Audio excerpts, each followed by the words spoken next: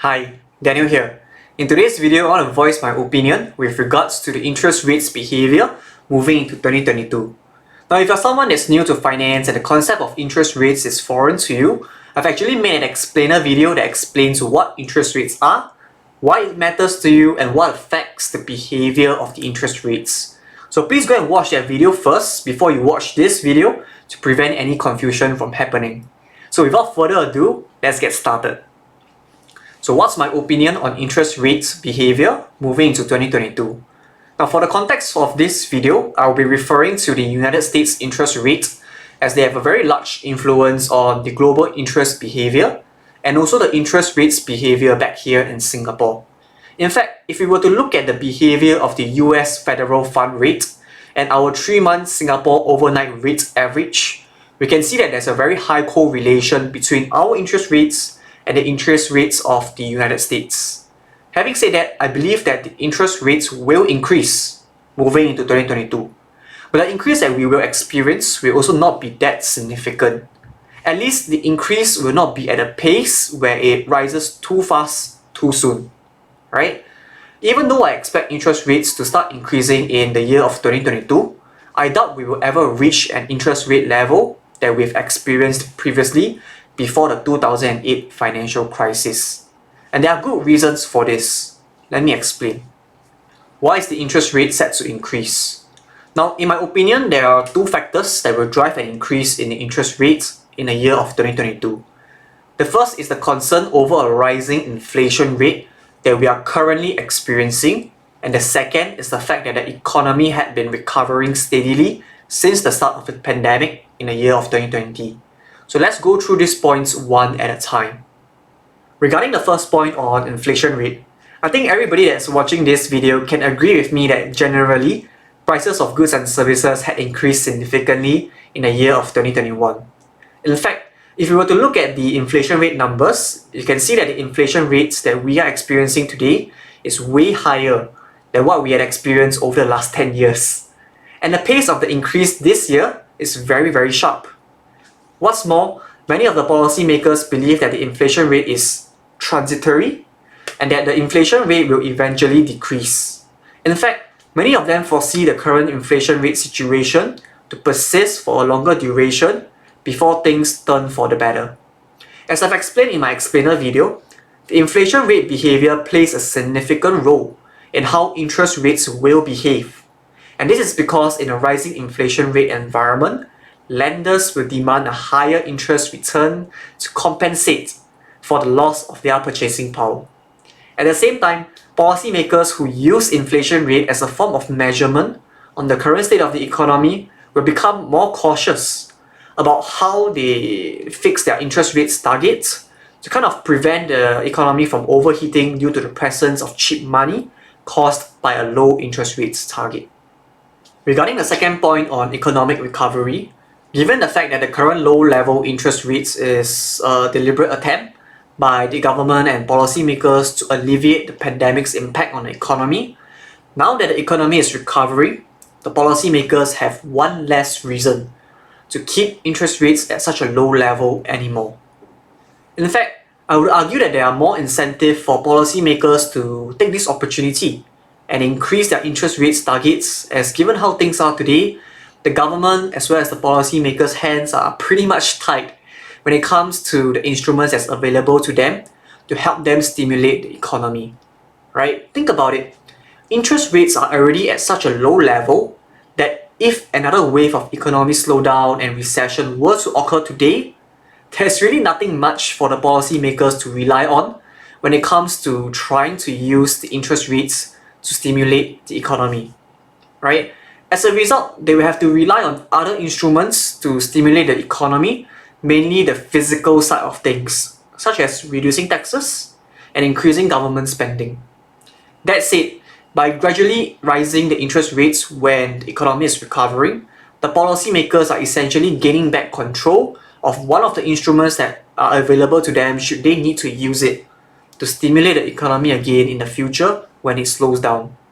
Given the fact that the gross domestic product had recovered to its pre-pandemic levels and the employment situation had significantly improved since 2020, I find it unlikely that the government and policymakers will want to keep interest rates at such a low level for a long period of time. In short, based on the current situation, it is more likely than not that interest rates will increase, as it is in the interest of all parties, apart from the borrowers, that the interest rate increases instead of maintaining at its current levels. Think about it. Lenders will want to demand a higher interest rate to compensate for a loss in purchasing power due to the inflation that they are experiencing today, and policymakers will want to set a higher interest rate target to prevent the inflation from going out of control, to prevent the economy from overheating, and most importantly, to gain back the effectiveness and control of using interest rates as an instrument to stimulate the economy again in the future should the need arises. Now that covers my opinion as to why I believe interest rates will increase moving into 2022. Let us move on to my next point in this video. The next point I want to explore is why I believe the interest rates will not reach its previous high levels, right? While the interest rates is most likely going to increase in 2022, I do not foresee interest rates to reach the levels that we've experienced before the 2008 financial crisis due to two main reasons. Number one, private debt levels are at an all-time high. And number two, inflation rate is to a certain extent transitory and unlikely to go out of control. Let me explain. Private debt levels are at all-time high. Interest rates is essentially the price of money. And as interest rates increases, the cost to the lenders and businesses would increase. And as a result of that, their profitability and bottom line decreases. On this point alone, I would argue that the interest rates would not reach a level before the 2008 financial crisis, as currently, private debt and borrowing levels are at an all-time high. In fact, private debt levels today far outweighs the levels that we've experienced before 2008 financial crisis. Because of that, I doubt that the government and the policymakers will allow interest rates to be too high, right? As the interest cost to businesses will become a form of economic drag, right? That reduces the overall economic performances. Think about it. For every dollar of interest cost incurred, that is a dollar that is taken away from the business that can be, perhaps reinvested and generate higher profitability down the road. What I think is going to happen moving forward is that as interest rates increases, businesses will start to feel the impact on their profitability and on their bottom line. And as a result of this increase in interest rates, economic activities will start to slow down, right? When that happens, we will go through the same cycle as we did previously when the government and policymakers will have to step in, control, and lower the interest rates to spur on economic activity to a level that they deem is healthy. As such, while the government and policymakers will have an incentive to increase interest rates moving forward, I doubt we will ever experience a rate that we've seen before 2008 simply because the cost to the economy is too high should that happen. Inflation is somewhat transitory. On the topic of inflation and whether or not it is transitory, I do believe that to a certain extent, the current inflation rate that we are experiencing today is transitory, as it is the result of a global supply chain issue that we are experiencing. That being said, it also means to say that should the situation alleviate and the global supply chain recovers, inflation would, by theory, come down.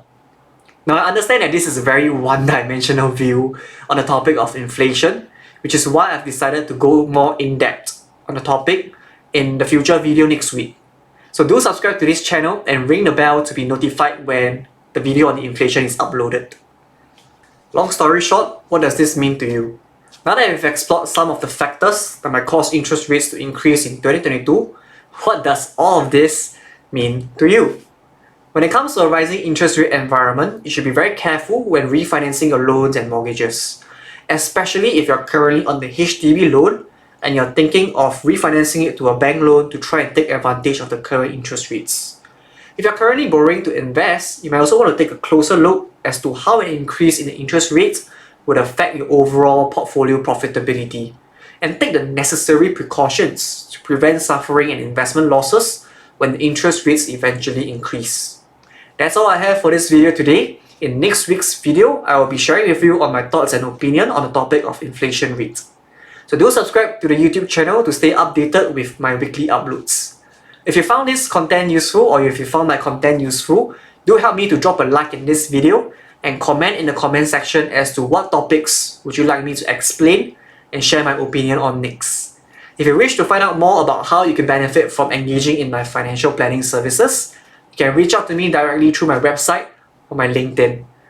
All the links will be in the description below. Stay safe and I hope to hear from you soon.